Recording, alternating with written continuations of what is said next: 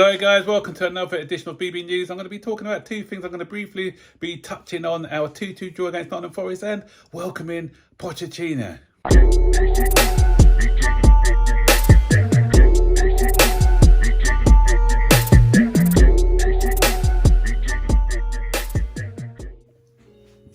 So Jerry Z and everyone else who's been asking, where is Poch? Where's Poch? He's finally through the door. It's not been officially confirmed, but we know that he's agreed a deal to join Chelsea and he'll start in the summer. So that's great news for Chelsea. And guys, we need to be patient with these things because, everyone was saying we rushed to get rid of Tuchel. We rushed to appoint Graham Potter. So now the club have done their due diligence. People are saying, why comes it's taking so long? They wanted to get it right. And why? Because the fans, they didn't want another backlash from the fans. So they've weighed up every manager's pros and cons and they came out with the best possible solution. I know some people are not happy. Some people wanted Nagelsmann. But, Nagelsmann wasn't the right fit for the club. Even at Tottenham, he's proven not to be the right fit for Tottenham at the moment neither because Tottenham were after him. And the same with Enrique. Maybe, we don't know what the interview process is like. And everyone's speculating, they want a yes man, they want this, they want that, and they don't want an elite manager. You don't know what's going on. You don't know what the criteria is. So you guys just, just need to relax. The thing is, Poch for me is that he fits the profile because we've got a young team. He's the best one at, he had a bloated squad at Tottenham, he had a young squad at Tottenham, and he got them playing. And he's in it for the long-term project. And for all those thinking he's a yes man, no, he's not, because he's already he's told the board what he wants from them, what he requires as well. A yes man wouldn't do that. He'll just put up and shut up. But he's not doing that. He's demanding things, and that's why it took so long, because we knew that he was going to be through the door, 3 or 4 weeks ago. But because, they've had conversations from both sides, conversations about what he wanted, conversations about what they wanted, and then they've obviously seen each other as the right fit. So for me, I think that's a definite positive. And something else that I liked about this appointment is that the board said that the reason why they've selected him is because with Tuchel never used to challenge them. And all these people who were saying, Tuchel wasn't a yes man, that's why they got rid of him. But he never challenged them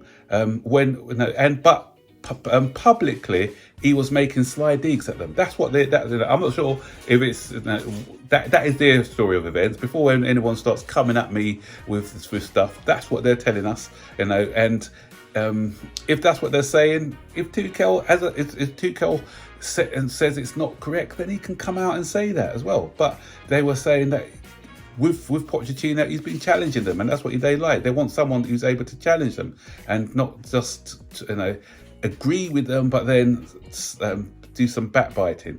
And so that's the report that came out. I think it was yesterday, and I said I don't know it's right, but people who these Tuchel lovers will then say, it's a load of nonsense and it's just PR and they're talking rubbish. You don't know neither. You don't know.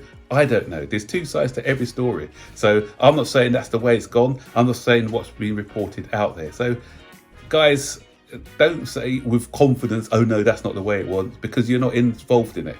We got to take what they said. If Tuchel wants to come out and respond and say it's rubbish, then we got to look at it a different way.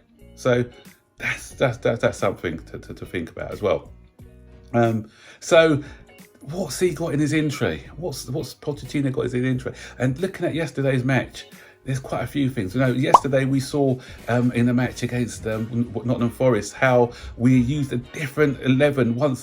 We had 5 changes to the team. We did okay against Bournemouth and got the win. And that's because we've got a bloated squad. Frank Lampard is trying to keep all of them happy. And the other thing is, we've got some promising players. Madueke, we see the promise, but we see that he's still raw. Yesterday, he had an opportunity to give us an edge in that game and make it 3-1 when he was running down on goal. We had Conor Gallagher to his right. Instead of passing it to him, he tries to go into a cul-de-sac right through the middle and got dispossessed. And it's things like that in his game that need to be ironed out. The potential is there, but Pochettino is very good at improving players, so that's something that he can do, improve some of the performances. Get the best out of Sterling yesterday, 2 goals by Sterling. If Sterling can get firing, and if he can make him feel part of the team as part of the senior professionals to galvanise the youngsters, then if we can get that goal scoring wide man, then that'll be good. Now integrate the likes of Mudryk into the team as well. Organise the defence. Again, 2 sloppy goals at the back conceded, goals that we could well be avoided. And Mendy, Mendy's got to put his hand up for that first goal. Everyone's saying put Mendy in ahead of Kepa, and that's what you get. A mistake by Mendy. I think both goalkeepers need to be changed. I don't think either of them are good enough for Chelsea. That's my opinion. So identify a goalkeeper who's going to be not let us down, good with his feet as well, good shot stopper, command his area, and that's what we need. Also identify which players he wants to keep, which players he wants to get rid of, and who he wants to come in. He said he wants some experience, some players from the Premier League. People like Declan Rice have been mentioned as well. Ivan Toney, Martinez from Inter. Yeah. And the other thing, what's he going to do with Lukaku? Lukaku wants to stay at Inter. Lukaku's starting to score a few goals now. The fact that he wants Martinez, could that be used as a ploy in the bargaining to get so that Lukaku goes there on a permanent, we get Martinez in return, bit of cash, maybe, we don't know.